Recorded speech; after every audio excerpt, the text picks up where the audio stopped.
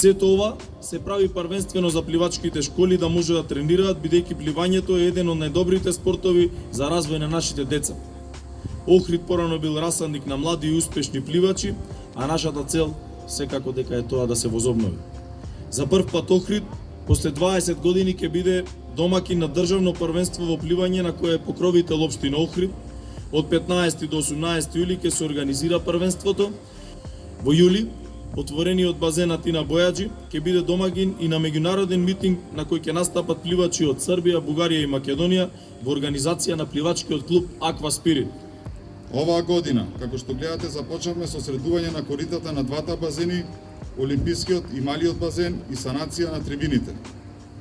За нас, квалитетот на водата и безбедноста на нашите корисници во самите базени се главен приоритет и затоа одлучивме стартот на средувањето на градскиот базен Атина Бојаджи да биде токму од таму.